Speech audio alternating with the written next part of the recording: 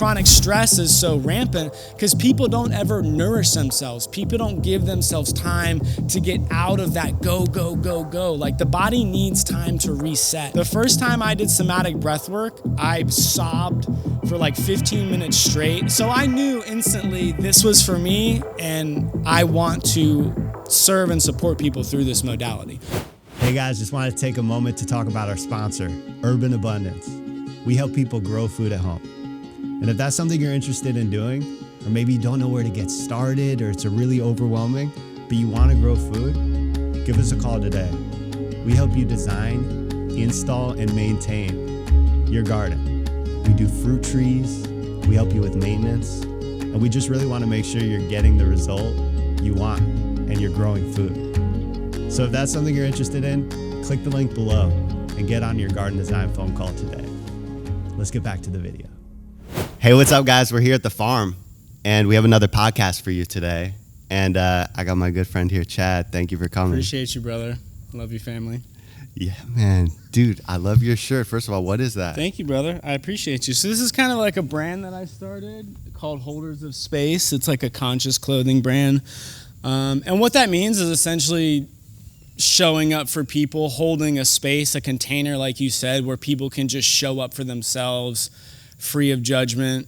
You know, they can cast away like all a podcast. Yeah, similar to a podcast, right? We can just show up and be our true organic selves. And if there's a facilitator that's holding that container and that sacred space, if you will, they're considered a holder of space. So they're holding that space. Yeah, like people doing yoga, like yogis. Yeah, people facilitating yoga, breath work, guided meditations, anything where people are just showing up for themselves. Brother, and that's what we're here to talk about today, breath work.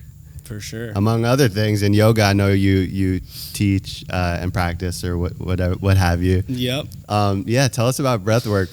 What is it? Yeah. And like, how has it helped you? Yeah, it's always funny because when I tell people I'm a breathwork facilitator, they're like, I breathe every moment of my life. Like, how are you facilitating that? Right. Like, what's different? Yeah, what's different? No, but that's a good question. For sure. It's a great question and a great place to start. So there's two branches of breathwork, if you will. Essentially the functional breathwork, which is how we breathe in our day-to-day life, right? Like how we're unconsciously breathing when we're not thinking about it. That's the 22,000-ish breaths that we're taking every day. And then there's therapeutic breathwork, which is I'm stepping into a specific technique of breathing for some period of time, whether it's 3 minutes, an hour, whatever it is, to create some shift in the body, right? Therapeutic. Yeah, therapeutic, yeah. So there's like Kundalini, is it like that, or is that something else? So Kundalini definitely utilizes the breath for sure. That's like a definitely a deeper process, but the breath it primarily uses the breath to create that shift, right? So obviously we breathe unconsciously, right? Like that's how we survive. We can sleep without needing to think about breathing, like thank goodness, right? Yeah. But our breath is actually the only process. It's the only system in the body that's autonomous, so it's just doing its thing on its own, just like how our heart pumps, feeds blood through our system, just how our body digests food, so too do we breathe, right? By the way, like how much gratitude do we have for that? Insane. I mean, I feel like if we all knew all of the energy that went into producing oxygen, like once you learn that, you're like, man, that's amazing. Like you literally just want to hug every tree because they're literally producing the oxygen that we breathe. It's insane, right? Brother, so so that's where it's produced. Yeah. So you're getting at it, and I want to get into all those things you're going to explain. For sure. So cycle of air. Yeah, absolutely. So breathing unconsciously, again, we do that every day, but our breath is the only system in the body that's autonomous, but we also have the ability to manipulate it, to control it, right? And that's very intentional because our breath is kind of like the conscious key that gives us access to control the other systems of the body, right? So I can't think to make my heart beat faster or slower, but I can breathe in a specific way and very quickly, within even like a minute, either elevate or slow down my heart rate, right? So like it literally gives us access to control the other systems of the body. And we're actually learning through some incredible people just how deep that goes. People like Wim Hof, who have actually proven that we can actually control our autoimmune system through breath work, right? Which was before him deemed impossible. And he said, because he could heal people, right? He actually for sure. did People studies. heal themselves. Yeah. That's so insane. He's had medical professionals inject him with viruses, and then he uses breath work and meditation techniques to basically just clear his body of it. He proved that, and they were like, okay, that's cool, but you can do that, but nobody else can do that. And he's like, no. So he had 100 people that mastered his techniques also do it, and they were all also to do the same thing. So he was like, wait, no, it's not that I'm superhero. Yeah, it's that anybody could do exactly. Yeah, I just found a process, right? God, it's a tool, it's a process. It's like you said, to like unlock, like lower your heart rate, all these things. For sure. If we're stressed. Yeah. So what a trip, man. Perfect segue into the therapeutic breath work, the other branch, if you will. Yep. Again, we can utilize our breath to create shifts in the body towards whatever direction we want, right? So we all find ourselves in physical, emotional, mental states that we don't want to be in, right? The mind produces thoughts we don't want to experience. We feel emotions we don't want to feel. And we can literally use our breath to shift ourselves out of those places and closer into a direction that we want to be in, right? So let's say you're really anxious, stressed, or even you're just like really activated at night and you just want to go to sleep. We've all been there where the mind is racing at night, thinking about all the things in the past, all the things we have to do in the future, and that process just doesn't cease, right? We don't have conscious control over it. But the mind, brother. Yeah, exactly. The mind just does its own thing nowadays, especially because most people don't take the time to master it, right? Like, it's kind of just doing its own thing. Excuse me, but yeah, if you're in a place, in a space, again, where you need to experience calm, but your system is just activated. Yep. You can literally just take very slow, deep breaths in and out through the nose for as long as you need to until your body just falls asleep, right? Sometimes it only takes a couple minutes. Our system associates inhales with the active fight or flight state, the sympathetic system, right? Because it's active, right? We're inhaling, we're expanding, we're reaching out with our energy, right? That's active, right? Yes. And adversely, when we're exhaling, we're grounding, we're melting, we're releasing, right? So that's relaxing, that's calming. It slows the heart rate. Yeah, so there's thousands of techniques, but for whenever you're using it to create a shift in your day-to-day life, it's literally as simple as, which do you want to exaggerate? Do you want to exaggerate the active? Do you want to feel more activated? Then exaggerate the inhale, right? Really pull in as much air as you can, almost make it like obnoxious, right? Adversely, when you want to experience more calm, exaggerate the exhale. Find a slow, gentle, allow it to flow out as slowly as it can, obviously without stressing the body out, right? So that's so simple. I love that, man. Yeah, it is simple. And again, there's so many different techniques, and it's easy to get lost in the sauce of all the different techniques. And there's nothing wrong with them being different. I do think it's helpful because different things work for different people, right? So one technique may stress someone out, but if you tweak it just a little bit, it may be perfect for their system. So I always encourage people that say, oh, I tried breathwork once, but it just made me more anxious. Try different techniques, right? Try different things. I'm sure you can find on YouTube. There's mobile apps. Othership is one that I really love. That's what I use every day. They have guided breathwork journeys anywhere from 5 to 30, 40 minutes. So for my daily practice, usually when I wake up, I take my shower, I do a 5 to 15 minute breathwork practice, and that's how I activate my body, right? Cool. Yeah. In the morning, so how is that different from meditation? So meditate, yeah, for sure. So because I focus on my breath, right? Yeah. I forget what that's called. I usually meditate, actually have like a Vedic meditation, transcendental meditation practice, and then. For me, some people, meditation is activating. It's very calming for me. So usually after meditation, I want to take a nap. So depending on how I'm feeling, Sometimes if I'm feeling a little tired, groggy, I'll do some type of a physical practice, like I'll do some yoga, and then once my body's awake, then I'll do meditation, because if I'm feeling tired and I just meditate right away, I'll literally like fall asleep. Yeah. See, for me, it's activating. Yeah. I'm like, well, yeah, it's interesting. You say that. You have to get some sort of movement going and before that. Yeah, for sure. And sometimes I wake up and I'm alert enough that like, okay, I can do a meditation practice right away. And then I'll usually follow that up with a breathwork practice, unless I do my meditation later, in which case I'll jump right into breathwork. So people, super practical, they can get what app? It's called Othership. Right on. OTHERSHIP. I'm also putting together online programs with breathwork. And one thing I'm also going to be doing, kind of while we're on this topic, on TikTok, I'm going to be hosting daily breathwork sessions, right? So live, you can jump on with a community of people that want to start their day in an intentional way, and doing a 5 to 10 minute breathwork practice. Start your day in an intentional way? Yeah, for sure. I'm just not at 1,000 followers yet. Yeah. Whatever, send it to us and we'll put it up. It's at breathe.with.chad, but I can. So it's like live breathwork sessions with you? It will be, yeah. So That's we'll be dope. doing, so I'll probably do a couple in the morning, and then like one in the evening to to bring everything back, and also incorporate like guided meditations, visualization techniques.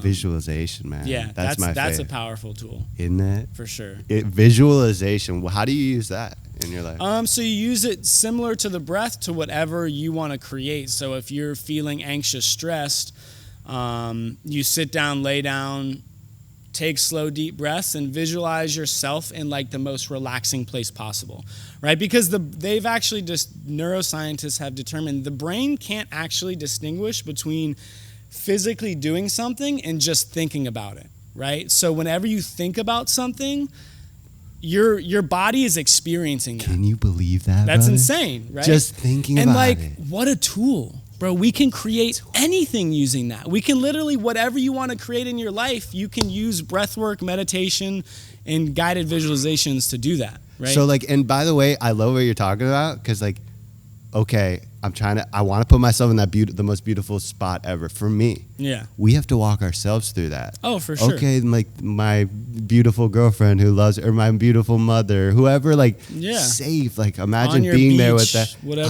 in your place, in your garden. And having guidance for something like that is nice, because what I find is when I try to do these things on my own, whether it's breath work, I obviously meditate on my own, but like a guided visualization, the mind wanders, right? And naturally, the mind just wants to do the easiest thing possible. So when you're doing an intense breathwork practice, your mind's going to be like, do we really need to do that? And it'll like literally trick you, and you'll start like veering off into some random place so that you can go back into that comfort and convenience, right?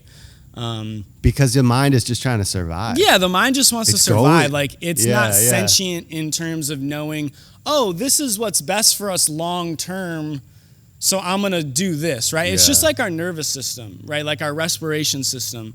So it's not sentient, right? So it doesn't distinguish between, it doesn't know long-term what's best for us. It's just going to do what's ever easiest to survive. It's not conscious. Exactly. It's not conscious. We're conscious, but those systems aren't. So you taking conscious control of those systems, literally, you're transforming the unconscious and making it conscious. So these systems in the body aren't sentient, right? They're just trying to survive. So bringing this back to how we breathe and how it impacts our health and our nervous system, if my posture is just slumped here, my diaphragm isn't gonna like do extra effort to work to allow air and oxygen to expand into the lower belly. It's just gonna pull oxygen into the chest and the shoulders. And anyone at home, try that slump, and then just take like a natural breath without thinking about it, and just notice your air probably expands into the chest and shoulders more. Now sitting up nice and tall, taking in a breath in through the nose, you'll probably feel it's much easier to expand the breath into the belly, right? But because it's not constricted. Exactly, because it doesn't have to work as hard, right? So it's kind of like creating hacks to where we're setting up the structure and the environment for these systems to work, not just for us to survive, but for optimum health long term.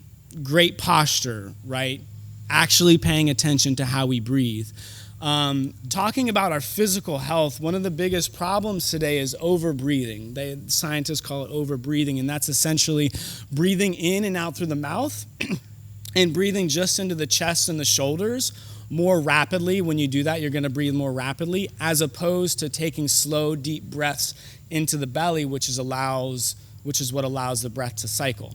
So the reason that this is important, overbreathing, because you're breathing way more than you have to. So why is this an issue? And why does this happen? For sure. Even happen? So when we exhale, we're breathing out carbon dioxide. Carbon dioxide gets a really bad rap, but it's actually a key function to life. So when we breathe in, we're breathing in a little higher percentage of oxygen than carbon dioxide. And what happens is that moment after the inhale, before the exhale, that in-between moment, carbon dioxide is building in the body. It's starting to build. That's why you get uncomfortable when you hold your breath. It's not because you don't have enough oxygen. It's because your carbon dioxide is slowly building. That is uncomfortable, but what's happening is as that carbon dioxide is building, it's pushing oxygen out of our blood, which is where we always have plenty of it, and into our cells, which is where we really need it, into our heart, into our brain. So when you overbreathe, breathing out through the mouth, you're pushing out more carbon dioxide than you should, meaning your body doesn't have enough to push oxygen out of the blood and into the cells, into the heart and brain. Scientists have determined overbreathing can reduce oxygen flow to the brain by up to 50%. So you're literally cutting off your brain's fuel source by overbreathing, by mouth breathing. Because you're expelling too much carbon dioxide. You're expelling too much carbon dioxide. What a trip. Yeah. The other really cool thing about carbon dioxide and our association with it, if you will, is as that carbon dioxide is building, again, you feel that discomfort. Right, so what that is it's an internal kind of alarm mechanism, if you will. Right, the body has this built-in alarm, knowing that if I'm holding my breath, if I don't take the next inhale, at some point something bad is going to happen. Right, I'm going to faint, I'm going to pass out, I might even perish. Right, so as you're holding your breath, that alarm system is going off. That's why you feel that discomfort. Now, the cool thing about that is our body associates that directly with stress, right? What they call carbon dioxide tolerance. How much carbon dioxide your body can tolerate before it starts to freak out, right? How long can you hold your breath before your body is screaming at you and telling you, I need to breathe? It's like alarms. Exactly. Yeah. So if we can play with that and slowly start to push against that tolerance, we're literally increasing our body's ability.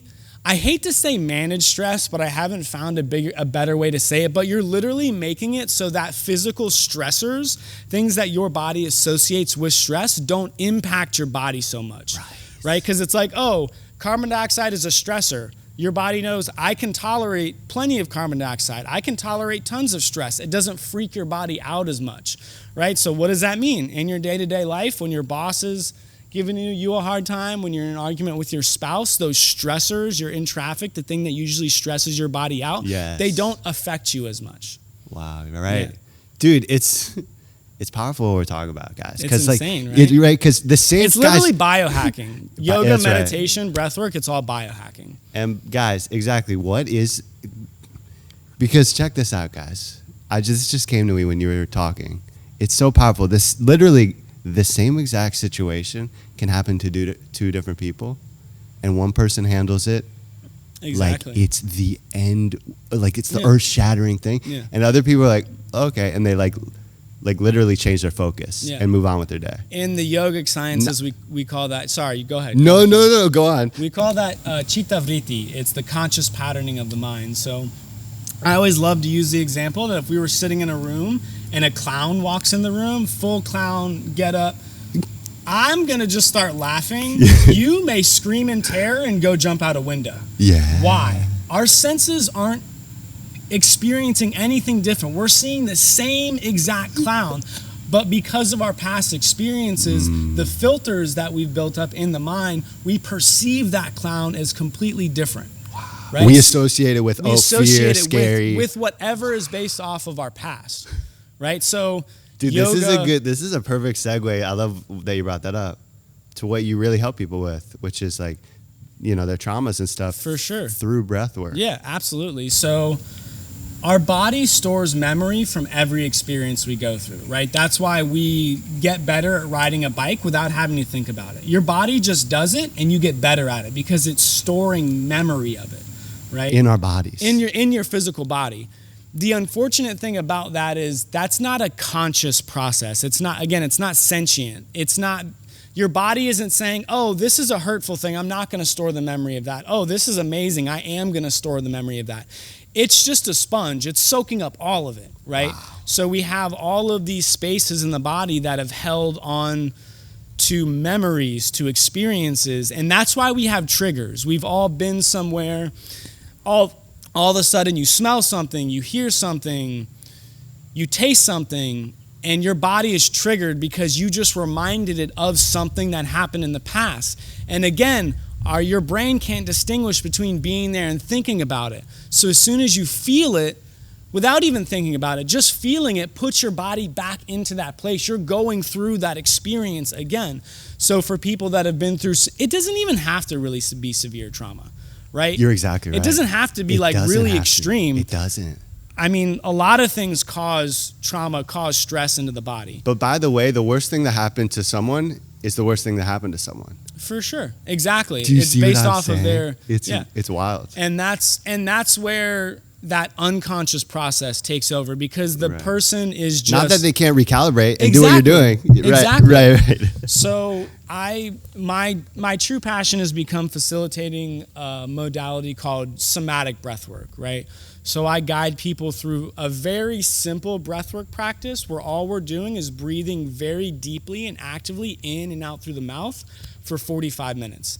Now what's happening during that 45 minutes from a biochemistry perspective is, like we talked about, when you're breathing actively, forcefully, you're pushing out more carbon dioxide than you should, which is bad in our day-to-day life. 99.99% of the time, that's bad. You don't want to do that. In functional breathing. But when it comes to getting the mind out of the way so that the body can just process things, that's the best thing you can do. And it's completely safe. There's been countless studies. So we're breathing in a specific way that is actually decreasing oxygen to the brain. Again, because if we were to do this for 8 hours, it would be damaging. But because we only do it for 45 minutes, it's perfectly safe. There's been enough studies to determine that.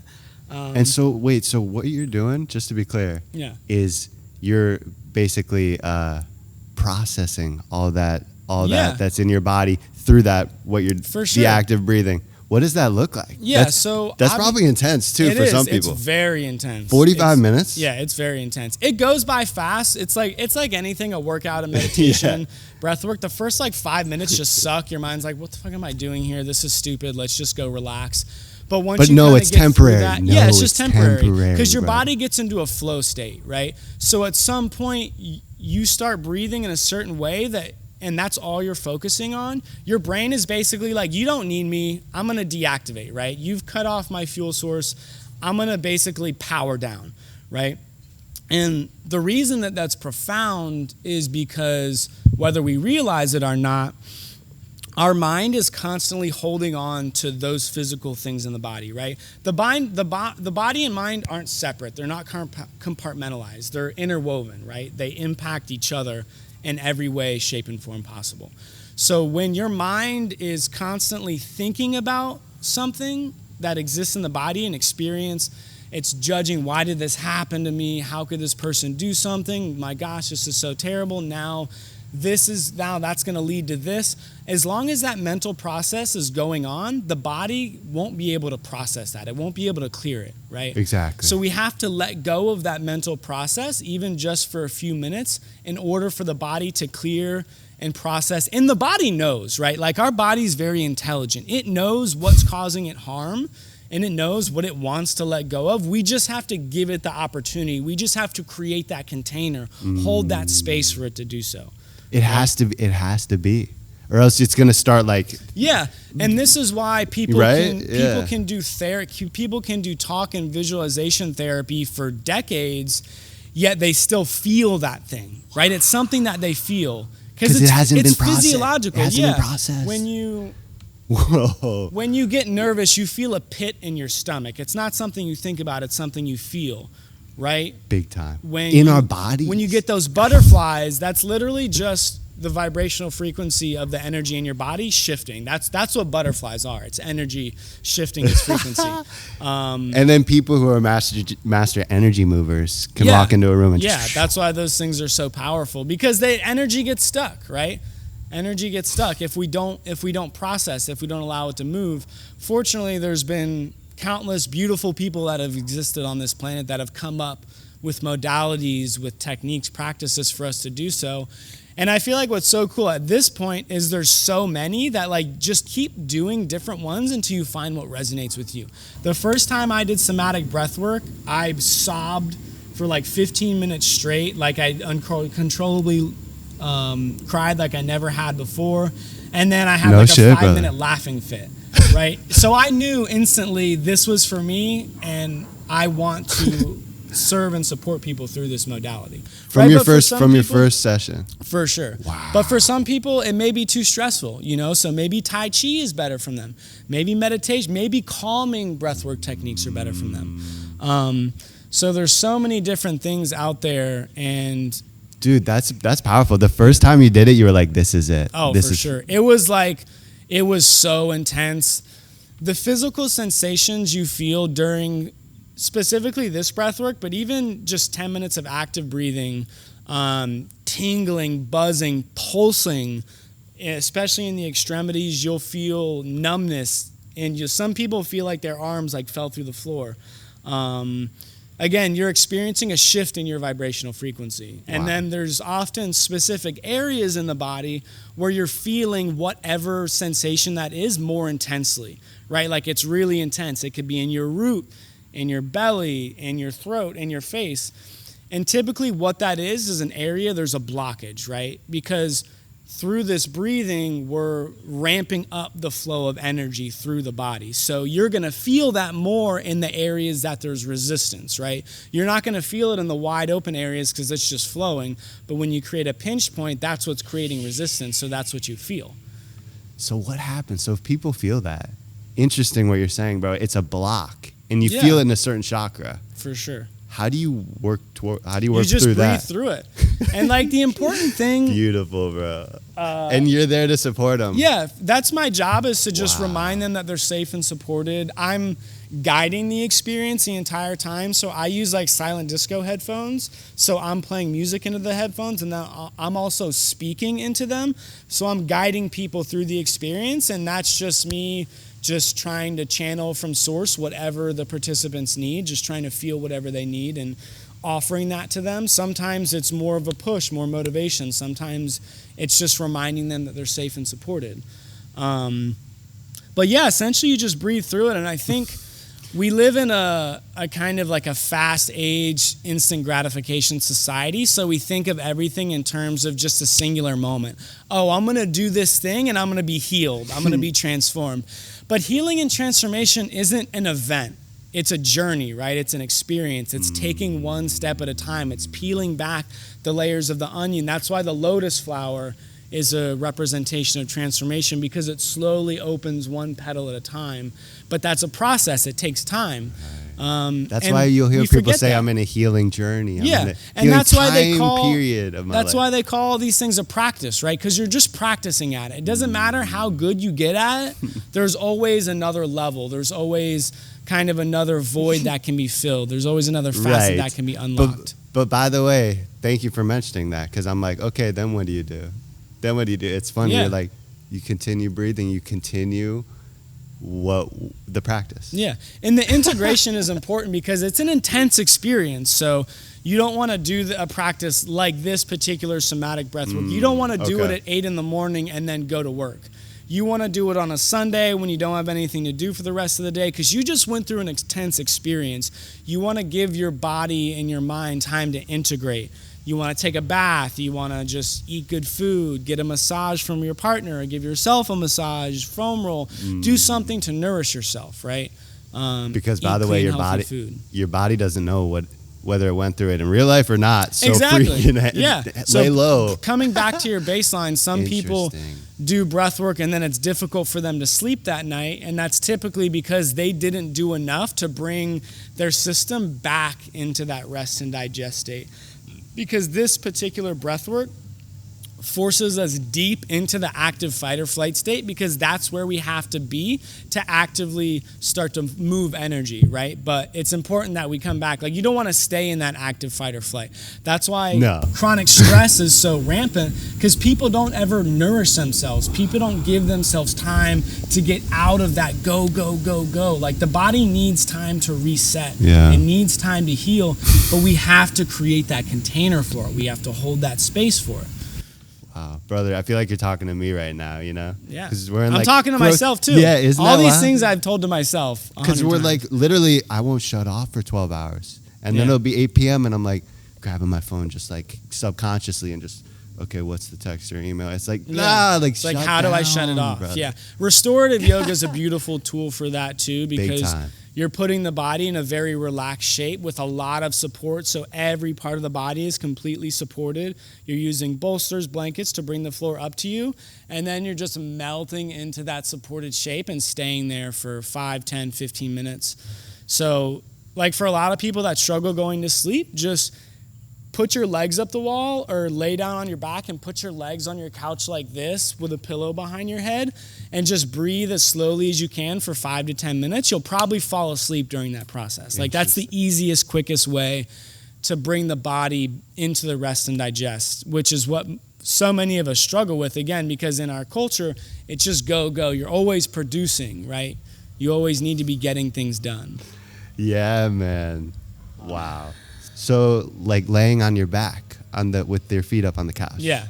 Yes. Yeah. Dude, that's the easiest way to just bring your body down back into the rest and digest. And it's free. It doesn't cost you anything. You don't have to go buy anything. Yeah, I love these techniques, man. Yeah. I'm gonna look back and do these. It's so good. Absolutely. And brother, before we go, I want to talk garden. Yeah. Yeah, your yard. You're looking at all these fruits. Yeah. What got you into all this? For sure. So when I bought my house, it's like I discovered a lot of things about myself. Just like you discover things that you love that you wouldn't do in a space maybe that you're renting. And for me, that was plants. So I like filled my house with plants. When you bought your house? When I bought my house like 4 years ago. And then I became obsessed with orchids and butterflies. So I just wanted like butterfly plants everywhere. So probably bought like 50 milkweed at this point. And then it slowly transitioned into more tropical plants like the philodendrons, the alocasias.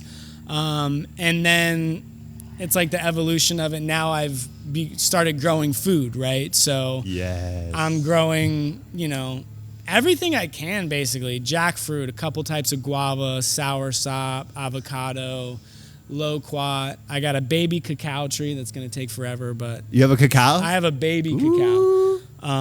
Pomegranate. I got a couple types of mulberry, and then I have like 4 different types of spinach, a bunch of herbs, mushroom herb, chocolate herb, Thai basil, holy basil that I actually got from you. That's killing it, by the way. It's doing good? Oh yeah, yeah, for sure. It loves the heat. Yeah, for sure. It's just for me, like being in nature, like you just learn so much about life. Wow. Like you learn how life is possible. Like you just see the things that nature does in order to survive and thrive, right? Like literally nothing is wasted in nature, right? Every leaf, branch, seed is eventually returned back to the soil where it feeds nutrients back into the soil, right? It's cycles. Everything in life is cyclical, right? And I think a big part of like the ecological issues that we have is we've disrupted those cycles, right? We no longer give organic matter back to the soil. We don't honor those cycles. Yeah, we mow our grass, we trim our hedges, cut our trees, and then what do we do with that beautiful organic matter? We put it in the trash, and then it goes to a dump where it's in an anaerobic environment, and then it's creating methane, which is heating the environment. And then we go and buy chemical fertilizers and mulch with dyes in it, and to refeed the plants. We stripped with chemicals. All the nutrients. Yeah, instead of just like literally just giving, like the leaves fall to the ground because that's the cycle, right? Yeah. So just observing. Just witnessing the cycles and being like, wow, that's amazing. And then just trying to support that cycle, right? So always keeping the soil covered with something, right? giving all those nutrients back to the soil. And watching plants grow is like the most gratifying thing ever. It's almost as gratifying as watching people heal. It's like they're very close, especially when it bears fruit. Like that's ridiculously gratifying. I nerd out on it. On which one? On just like watching plants grow, especially when they bear fruit, because like obviously that's sustenance for us. Oh, especially the fruits. Like fruit is foundation for life, right? So when you can support something from a seedling or a very young age, support its growth, and then it then gives back to you, like that's another cycle, right? And like just being aware of that, right? Just noticing it and experiencing that is like money can't buy something like that. So true, man. So that's what gratifying. Life's about, dude. For sure. Well, that's what you're talking, like acknowledging the plant. Well, just acknowledging the person. how incredible it is. Like life on this planet, like logically should not exist. Like the things that are like that take place, and we'll hopefully have another conversation where we can get more into that. But it's mind blowing. Like the fact that we exist, it doesn't make any sense. Bro, the whole thing doesn't make any sense. Yeah, man. and yet we're here. Like, what a beautiful gift. Exactly. Like, dude, we're dealing with these new, and I was just telling these guys about it. It's like I was talking to these new partners we might be working with. I was like, why are you the partner for us? Like, why? Yeah. You know, like what makes you like the one to work with us? Yeah. And he was like, and he just goes right into, listen, I don't know what you believe in, but like, there's a reason for everything. I don't even know how this ended up where we're right here right now. And dude, we don't know 99% of things. Like, dude, exactly. Yeah. But creation reminds us of that, how beautiful it is. Yeah. Like, that's what you're talking about. Yeah. And it's like, for me, like, I don't need to understand how it works to experience it. Like, I don't need to know how every part of my car works in order to drive it to get somewhere. Like, I can experience it because I'm in it. I'm a part of it. Like we're a part of this life. Like, we get to experience it no matter how much we know. Wild. Like, what a beautiful gift. Like, let's just soak in that, you know. Like, let's just it's spend a given. some time in that. Yeah, exactly. Yeah, man. That's so beautiful. But it's like, we're loved either way. Oh, for sure. Yeah, we're on the ride. I love that analogy. We're on the ride either way. Bro, every plant and tree is literally at every given moment taking in your waste, your carbon dioxide, and creating oxygen for you. And for me, they're doing it for us, and they don't ask anything in return. Like, we're not going to get an invoice from the trees for giving us oxygen. They just do it, right? The best things in life are just part of natural cycles that they don't need you're just a part of. They don't need. Yeah, I'm sorry, I'm going with the joke. They don't need Zelle accounts. Yeah, trees don't need Zelle accounts. Brother, I love what you're saying, man. It's like, that's what it's about. For sure. That's what it's about. Absolutely. Man, so if people want to do breathwork with you, how do they do that? For sure. So I do breathwork locally in West Palm Beach. There's a couple places I do it at. Both are yoga studios. One is called Evolve Yoga and Wellness. September 1st, I'll be doing one at 2 p.m. The other one is Arcana Yoga. You can follow me on my Instagram, Chaturanga Wellness, Chaturanga_wellness. And then again, if you want to do daily live breathwork sessions with me, once I get to 1,000 followers, that's at breathe.with.chat. And I put really cool breathwork techniques on there too. So just if you're looking for daily breathwork practices. I love it, bro. For sure. Yeah, man. I see you doing the good work, man. I appreciate you. Appreciate you. It takes one to know one. Heck yeah, dude. I'd love to have you come back. Absolutely. Dude. I'd love to. There's so much more to talk about. Dude, so go support Chad right now. Go follow him. Support me, supporting you. Yeah. And we complete that cycle. Dude. And this is the first time we did it at the farm, too. I love it. Which is epic. The energy's on point. Yeah, it is, man. Thank you for coming. Thank you, brother. Appreciate you. All right, guys. See you next time. Love y'all, family. Thank you for watching and all your support. Hey, do me a favor. Click the like and subscribe button down below if you haven't already. It goes a long way. We'll see you in the next one.